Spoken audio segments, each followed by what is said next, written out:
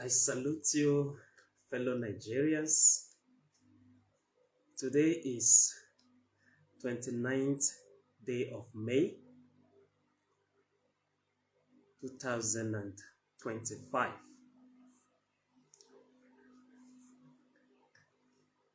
Today is recognized all over Nigeria, or rather in Nigeria, as Inauguration Day.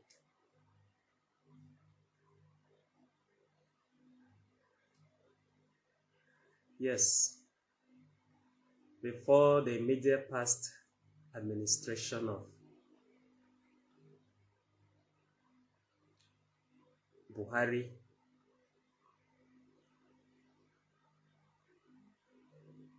the day also used to be recognized as Democracy Day. But the then President Buhari moved Democracy Day to June 12th, which is the day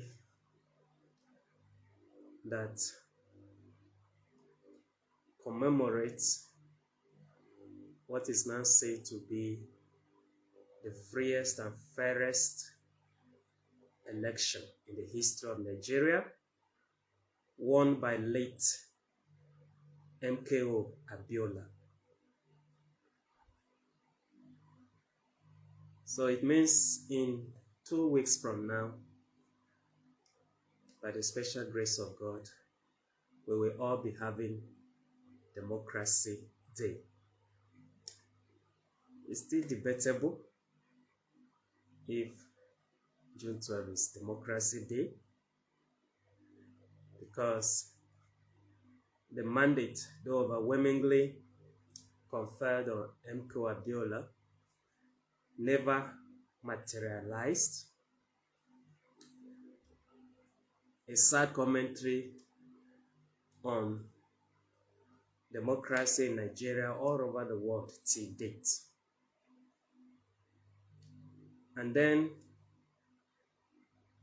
it's not certain if democracy is really practiced in Nigeria today. We are still waiting for democracy.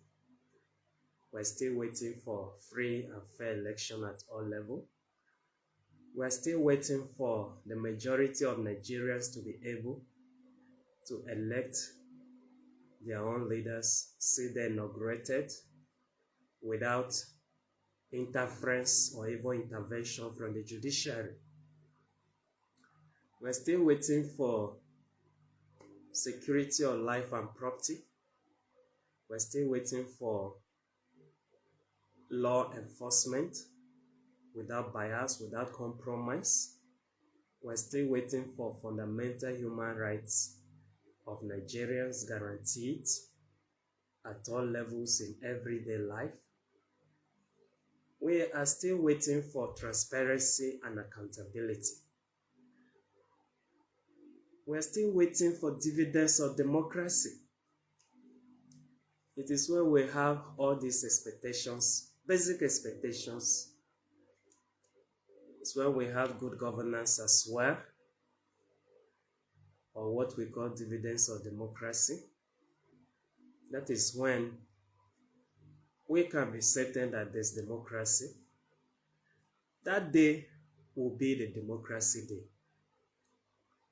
In the meantime, let's talk about May 29, 2025, which is still the Inauguration Day. Maybe in the future, we may have another Inauguration Day. That will be Democracy Day. I pray that happens in our lifetime and that happens in the near future as well. So today is a day that presents to us a unique opportunity of assessing both elected and unelected leaders at all levels. Yes, even if we have been doing so or we have not been doing so every other day, today gives us the unique opportunity to do so. Today, all eyes are on the leaders to give whatever they think is accountability for their stewardship to the Nigerian people. And all eyes are on Nigerians, of course, to agree or not agree with the kind of account that our elected leaders at all levels are giving. Okay? Some of us have read the president's speech. I believe some people have also listened. Okay? It's important, even if you are not happy to hear from the president or even from your governor, your chairman, it's important that you hear from them. That way, you will have something better to say. No, that helps in psychology. If they know you have listened to them, if they know you have read whatever is their speech, then the response you give, I think they will feel free to listen to it too. So it's important that when we are talking back to them, especially today and after today, let them know that we have listened to their speeches, we have read whatever they had to say, whether it makes sense to us or not, whether we agree with it or not. Okay, so if you haven't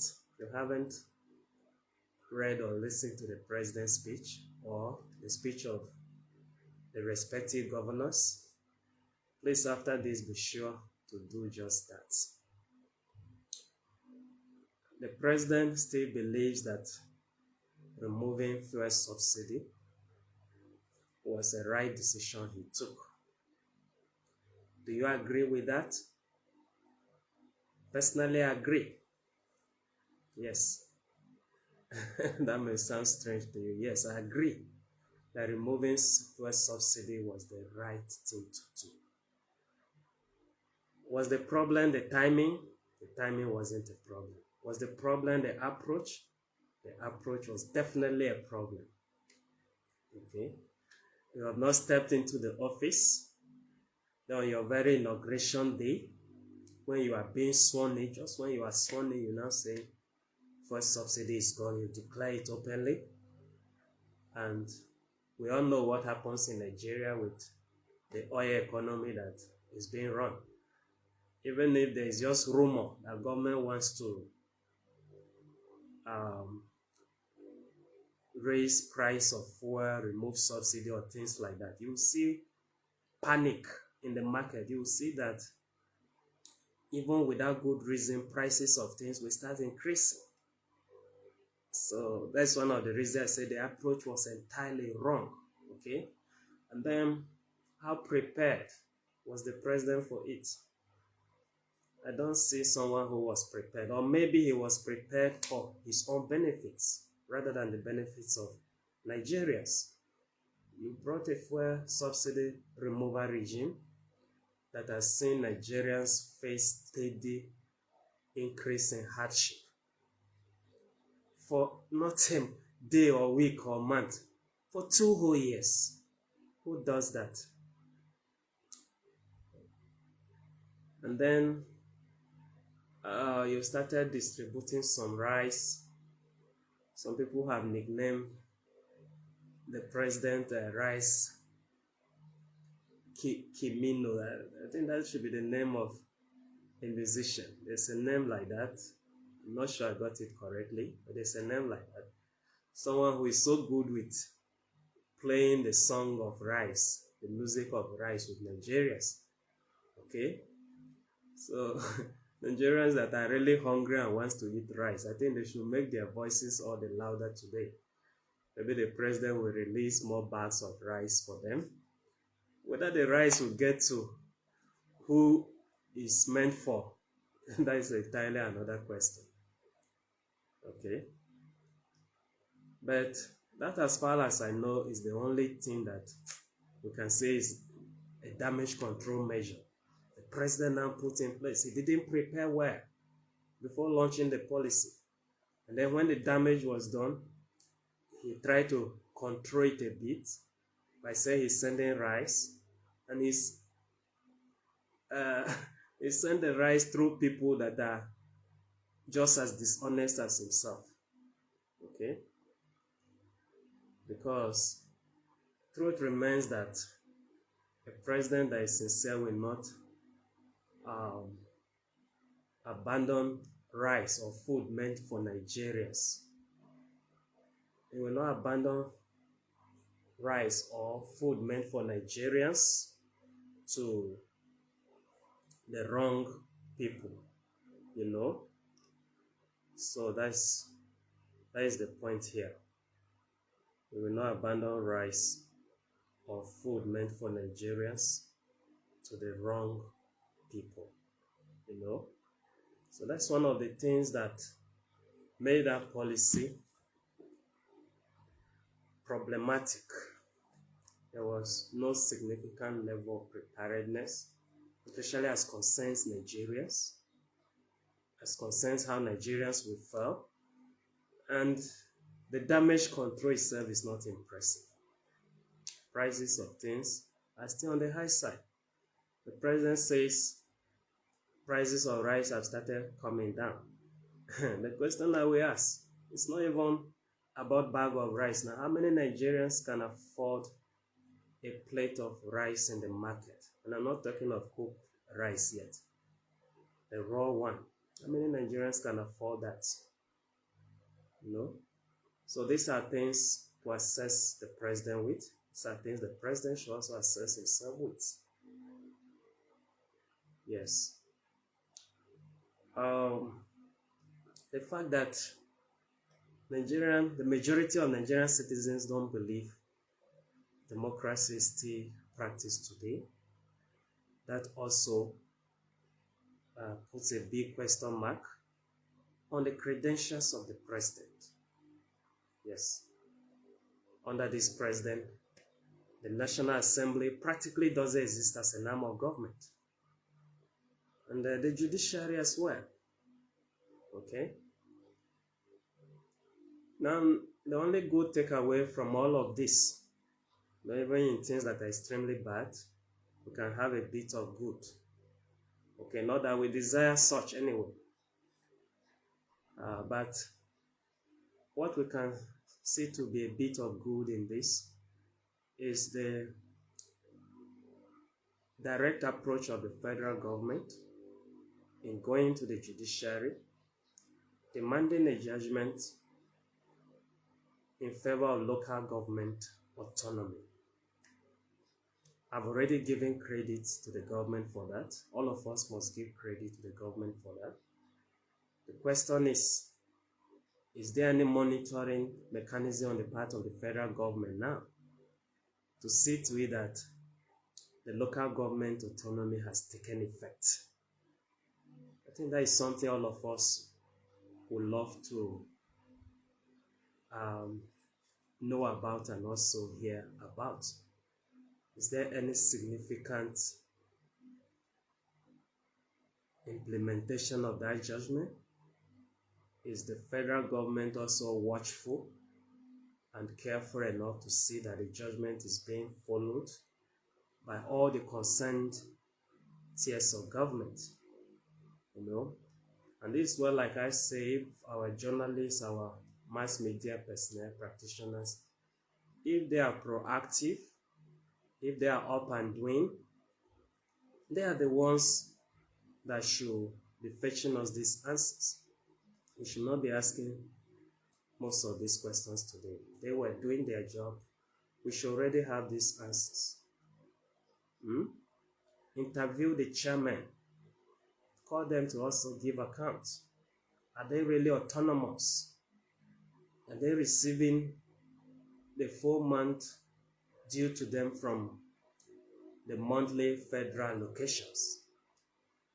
And are they being allowed to independently manage that money for their own local populace? These are questions begging for answers today as ever. And Nigerian journalists should help us to arrive at these answers. Okay? Most importantly, there are so many other issues, but the most important one we can also point at the issue of security. This is supposed to be where the government's first concern is. It's supposed to be their primary and chief responsibility. Are they up to date? I'm not sure they are. Because there's hardly a moment you don't hear of crime, insecurity, header attacks. All these things are going on daily. Ritual killings, a whole litany of them have come by. Some arrests have been made. No progress report. What has happened after the arrest?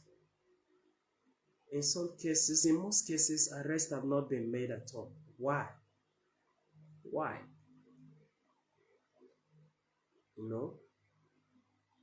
So, this is just saying the government should be more accountable and responsible to Nigerian citizens. Whether they were elected or not, it's not a bone of contention here. They are already there. Maybe in the future, in the near future, Nigerians will rise up and make sure that they elect their own leaders, and whoever is not elected is not inaugurated. We are waiting for that kind of revolution, and I could talk more on that another time. But for now, whoever is in power, whether you were elected or not, the task is on you. The onus of responsibility is on you. Make sure you give us exactly why we voted for you, and more importantly, what you swore you were going to do for us. That oath is binding on you before God and man.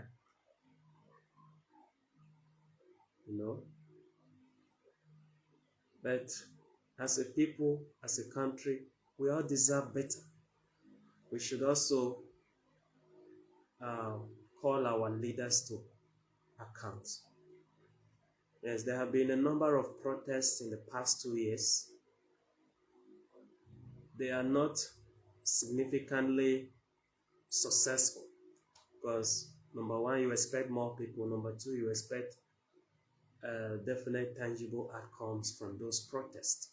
That has not yet happened. But I must commend, all of us must commend those who championed the protests, the participants as well. It's a good spirit. They should keep up. Even small numbers can make some impact when there is persistence, when there is focus, and the right goals are pursued vigorously without giving up, without distraction. So even the few, they should not think that they are going nowhere with that. No, they should continue. And more Nigerians will join, especially as issues of hardship, insecurity continue to take a toll on a growing number of people. More will join eventually. Yes, so it's one area we can continue to do better as a people. And I'm encouraging us to do better with that. Let's keep the peaceful protests coming on, especially when you hear of issues of embezzlement, when there are issues of insecurity that are not being resolved. We should act. Yes, and there are a number of Nigerians coming up to use their social media space to also start conversations about real issues in the governance space. That is commendable. And more needs to be done. They feel that are using their social media space positively. Some people don't know the impact of even a little conversation started on social media. When the National Assembly, as idle as they are, or as directionless as they are, decided they were going to make a bill forcing Nigerians to vote in every election, most of us voiced out our opposition to that undemocratic and unconstitutional bill. And now the House of Reps has shaved it. Okay? So it pays. It pays to make the right conversations and also keep them going even on our social media space. Okay, not to talk of the conventional media, which the political class are still accustomed to. So we should keep those conversations going, the right conversations with the right communication tone and approach and everything, and we'll make more significant progress. Yes, we should talk about our governors too. Personally, I said I was not going to give an overall verdict on my own state governor, the Benue State Governor, till 2 years. And I think to a large extent I fulfill that promise and make just occasional comments on one or two burning issues of interest. But today, and right here, I'm also making that general assessment. Every other person that agrees or doesn't agree is welcome to also bring their own remarks based on the assessment of the state government. Yeah. What I can say for a matter of commendation first, the state governor, Reverend Father Dr. Hyacinth Umemalia, and his state cabinet, they have really shown an unprecedented humanitarian disposition towards Benue workers and retirees. Yeah. Yes, the money belongs to the Benue workers and retirees, but the past governments have always seen it otherwise and have denied workers and retirees the money due to them. You know, and this is why this commendation is coming. Otherwise, paying salary, paying retirement benefits, it's not supposed to be something that workers and citizens should be thanking government for. Yes, and that is the plain truth. Rather, government should be thanking workers and retirees, especially in Nigeria, where what workers get is never commensurate with their service and is never in tune with the economic realities of the time. Yeah. So having explained that, kudos must be given to the state governor, not exactly because he's paying salaries and retirement benefits, but especially because he feels humane enough to do that. So it's that humane disposition and approach that deserve commendation. Yes. And then, of course, this is where I have some mixed feelings. For those who are in Makurdi, the governor completed some city roads, streets as well. You know, then at a point, some of the road works came to a standstill, you know. And to be honest, it is with these city roads and streets that the governor started making a good impression on some of us. Some of us began to give him some benefit of doubt. We even began to place some trust, some level of trust in his government, because we were seeing him doing what a government should do. And that was really attractive to some of us. You know, in less than a year, we saw government doing a lot. We saw some road, street projects being completed. Then, a year later, or after a year, the story started changing. City roads or streets that the governor could complete in 2-3 months, some of them are there for a whole year, uncompleted, no progress. The whole work is on a standstill. It's like a case of abandoned projects in some. I just walked through one of the city streets the governor is doing today, and I could not help but shake my head, because the rain has reconfigured the place to where it used to be. You know, so it means there will be what I call waste of funds. So I don't know whether it is the government that is going to take that responsibility or the contractor that is concerned. But it's tantamount to waste of funds when the same street that was being worked upon is allowed to deteriorate. You see potholes forming there now. You see heavy rain, like it rained heavily in Makurdi yesterday and up to this morning. So it's creating more gullies. That is supposed to be a completed project. Understand? So we're supposed to see focus and persistence. We're supposed to see all of that. We're supposed to see, yes, the good way is there. Because for him to have even started the city roads and projects shows the good way is there. But where's the focus? If you can complete some roads in 2-3 months, if you can complete some streets in a month, and then you are having others taking up to a year or more, there's no consistency with that record, you know. And personally, I believe he has allowed himself to be distracted by partisan politics, and that is why that is there.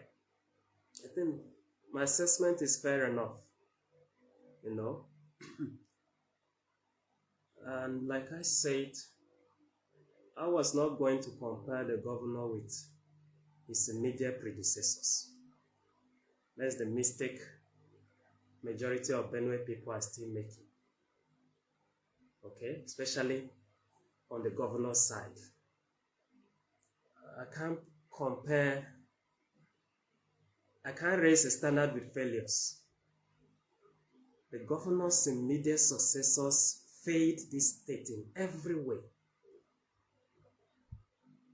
You know, but most Nigerians, because somehow stupidity has gained some attraction for us. And I'm not saying this to directly offend anybody. I'm saying it the way it is. Stupidity has become a tourist attraction to a good number of Nigerians. You see someone doing the wrong thing and you are comparing with people that did the wrong thing before. You see someone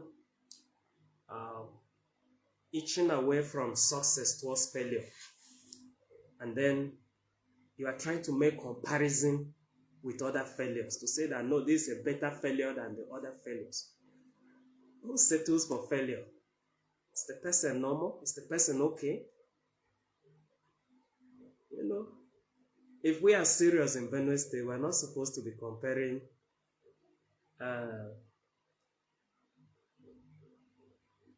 Governor Alia with Akume, Suswam, and Otom. In fact, Otom is a failure that should not even have happened. Then when you are happy to compare someone that is supposed to be responsible with such a failure. It makes no sense. And some Benue people now, especially in the area of security, I'm going to come to that. They're beginning to sound like Otom really did something great there. He didn't. He didn't. And I'm serious about it. If you have a point, drop it in the comment section. Mention what Otom did that you think was significant, and I will answer you. I will engage you. He didn't. But today, shamefully, some people come out to make Otom sound like a record to discuss or compare others with. If we are really sensible and serious in Benue State, we are not supposed to be comparing Governor Alia with Akume, Suswan, and even Otom. The standard, as far as Benue people are concerned, is late Governor Aperako. Governor Aperako remains the standard in the history of Benue politics and governance. So if you are coming down so low, it's a shame to you. When you are talking about Alia, you should talk about Aperako. And if you mention Adasu is not at our place, because Adasu tried to step in the footsteps of Aperako. But that still says it all. Aperako remains the standard.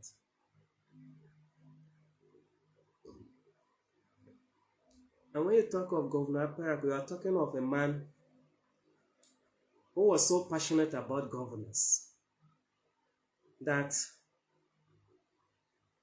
he paid attention even to his critics. In fact, he did that to a fault. Because it made him overstretch public resources, and if I may add, even personal resources. Some people are not giving a thought to that. The Governor Aperako that we know left government without personal savings. It's like at a point he took his critics so serious that he believed if he saved even his personal salary, it will be used against him. A man of that stature left government with nothing to write home about in his bank account. I think the bank must have restricted him from withdrawing further. The kind of amount that was left in that account. And then he was indebted. A man that just came out of office as governor paid attention to critics, and these critics never gave him breathing space. In fact, Governor Alia is even enjoying better followership because people support him even blindly. Don't be surprised, some people that their heads are not entirely correct will come here and start attacking me. Because their idol is being told one or two things that he needs to improve on. And Aperako faced criticism 24/7. Every hour, every year. And not just criticism, opposition as well.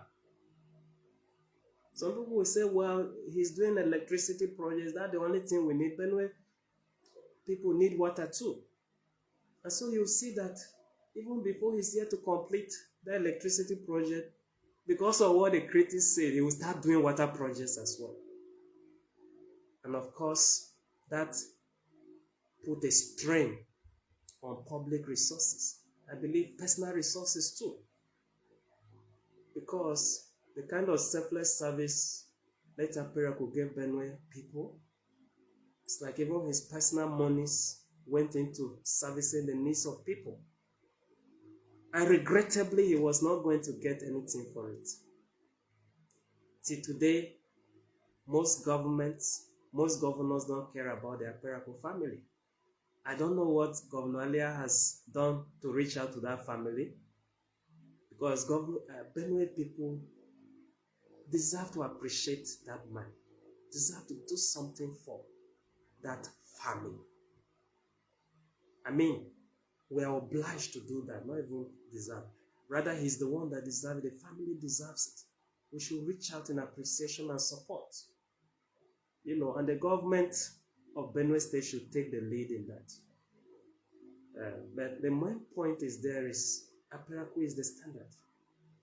That is the kind of service anybody coming there needs to do. Learn from his mistakes too. Because the truth is, you can't satisfy everybody at the same time. And you can't do everything at the same time. If you want to do road, like you are doing, and I just gave an example, do it very well, focus on it, and let's see you delivering results within consistent timelines. Okay, if it takes you 3 months to do and complete any new road, let's expect that every 3 months, this is how you will do it. The other new roads you are starting. And if there's going to be a problem, let Benue people know. You cannot tell me if there's a problem and expect me to clap for you. I won't. I'm not daft. Anyone can choose to be stupid, not me.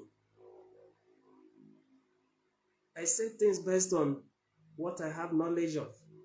If I don't have knowledge of it, I can't give it to you. So, Aperaku remains the standard. And we should see the governor of Benue State working to not just match the standard, but supersede,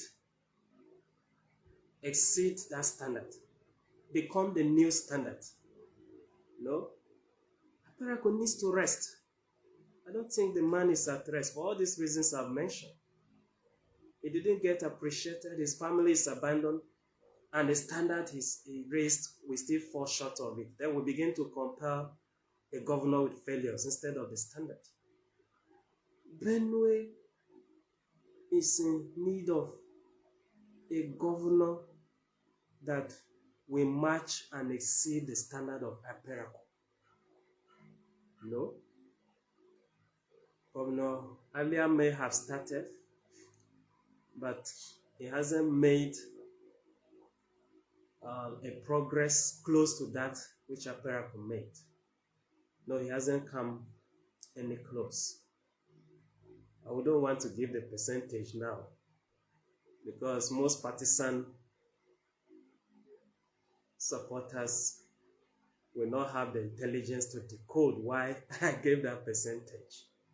But all I can say is Governor Alia has not yet come close to the standard of Governor Aperaku.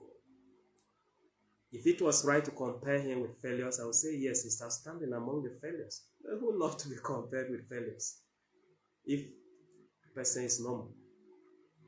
Compared to Governor Aperaku, he has not come close to the standard. And Benue needs a governor that will both match and exceed the standard. We set a new standard. We become the standard. We need a governor that, even in the midst of opposition, criticism, he remains focused and persistent. Projects don't suffer. That is Aperaku for you.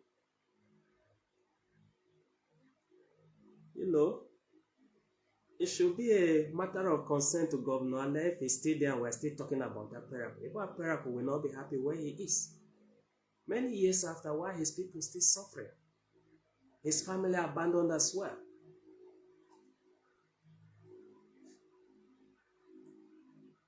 So, this is it.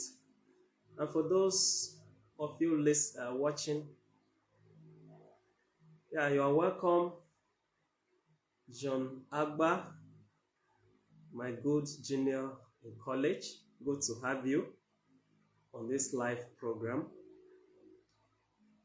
Yes, others who may be watching from other parts of Nigeria, please drop comments about what you think about your own state governors. I can't be in all the states at once. And I also can't say I know better than you do in your respective states. So you can comment your own assessment of your own state governor. Taraba, Plateau, Nasarawa, and the rest. The last place I will make my submission here. There are so many other areas we could go on talking about, but this is just to set the pace for us. I'll continue this assessment even after today. The area of security, I mentioned it when we were assessing the national government of President Tinubu. The area of security. See, no governor should beat his chest and talk about accomplishments when his people are dying in numbers for no good reason.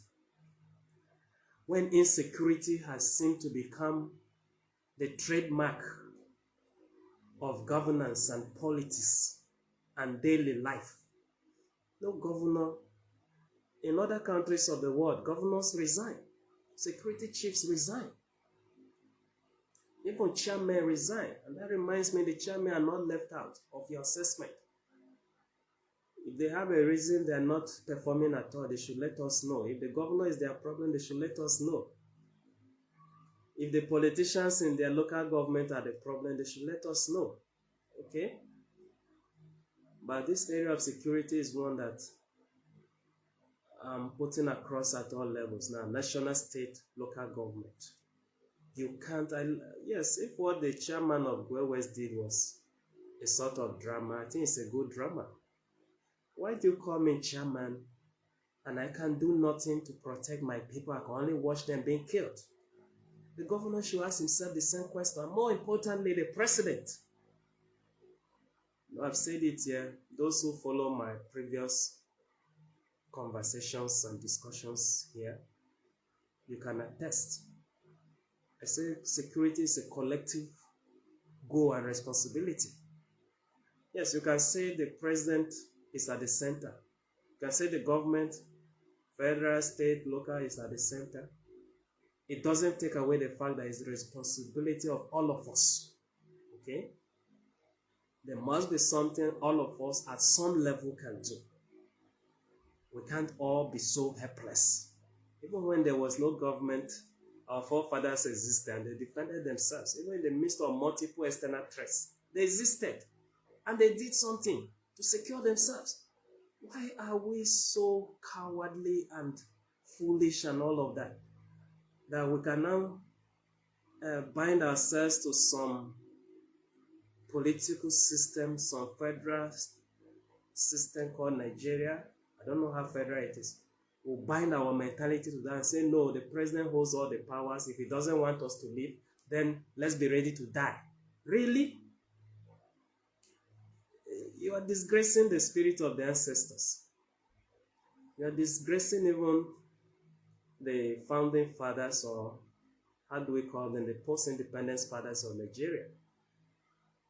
When the colonial masters said it was unlawful to do anything, that was what they did.